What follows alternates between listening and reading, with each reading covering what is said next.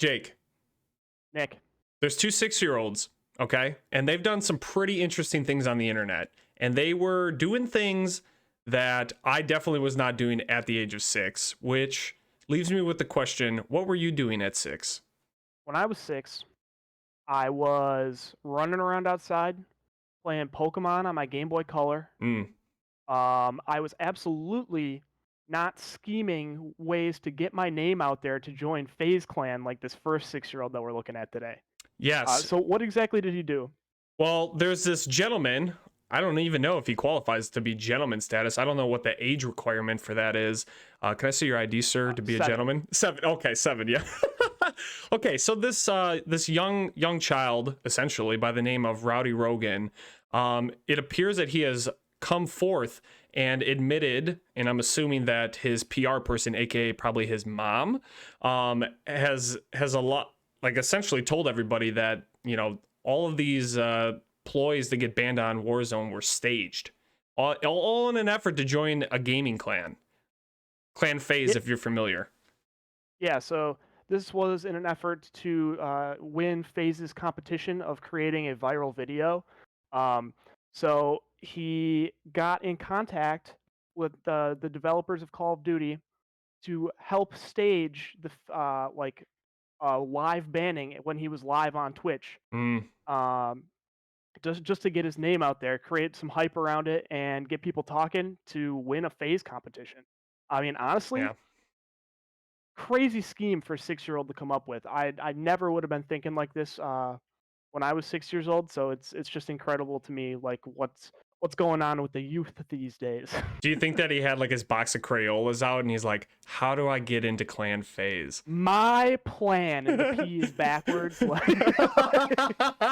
Dude, I remember back in the day when you had to meet someone on Rust and win a couple sniper battles to join clans. But nowadays you gotta do something crazy on the internet to gain notoriety. Hey, I mean, it's all about creativity. It's all about getting your name out there somehow. You know? Yeah. Well, RowdyRogan, from what we understand, is not a part of clan FaZe. I don't know if there's an age limit. I'm assuming it's at least like 16. Like, you at least need your driver's permit to be in clan FaZe, I would assume. What do you think? I mean, however you want to limit it, I suppose. I don't know. I'd say let him in. Well, there's FaZe RowdyRogan.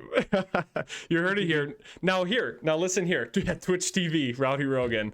Now, to make things even a little bit more crazier, there's also another 6-year-old here who's done it again. Like, these, as if things couldn't get any crazier with 6-year-olds, this other 6-year-old's like, I see what you do in FaZe, Rowdy. Let me try to one up you here. And this young man, I didn't even understand, you know, like how there's like the numbers on the back, and then there's the security code, and then you got to know your mom's, you know, zip code and address. Like, I don't know how this young man got to this point at 6, but he racked up $16,000 worth of credit card debt from playing video games. Yeah, I mean, I'm guessing his mom's card is just linked to the account that his iPad or whatever he's playing on is linked to. But yeah, I like the quote in the article that the mom said it was like he was just taking larger hit after larger hit of lines of cocaine. I think that line was pretty funny, where he just like $100, $100, $100. I know. I remember when I was a kid and I had my flip phone and I bought a couple games without telling my parents. They told me I could buy one game, and I bought like 3 games on my phone. Damn. All right, and then the bill came, and they're like, "Jake, we got 3 games on this bill. Like, what's going on?" I don't know. I didn't know. I couldn't imagine had I racked up $16,000.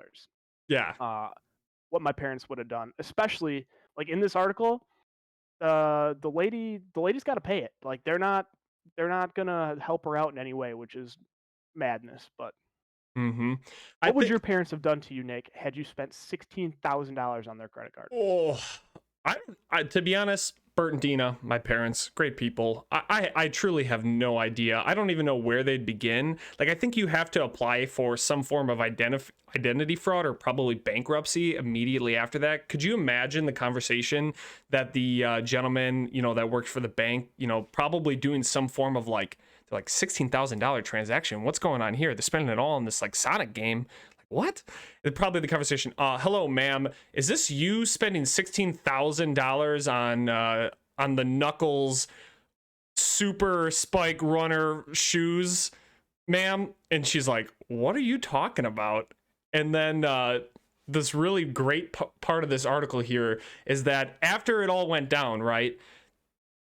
George is the child's name. His mom says, or he said back to his mom, he said, Mom, I'll pay you back. And she's like, how? I pay him $4 to clean his room. That's a lot of room cleanings to pay your mom back. In terms of clean your room thousands of times, thousands and thousands of times. Yeah. So I really think the conversation that comes from here is that have microtransactions gone too far? I think like parents just need to be aware that you can put parental controls on these games, because that's like the big thing that they talk about in this article. That's the takeaway point, that like parents need to be aware that you can put locks on your accounts so that your kids cannot spend and spend and spend. And if you're gonna take anything away from this, check what your kids are doing. Make sure that they know that this is real money that they're spending on these games. Yeah. And lock your accounts.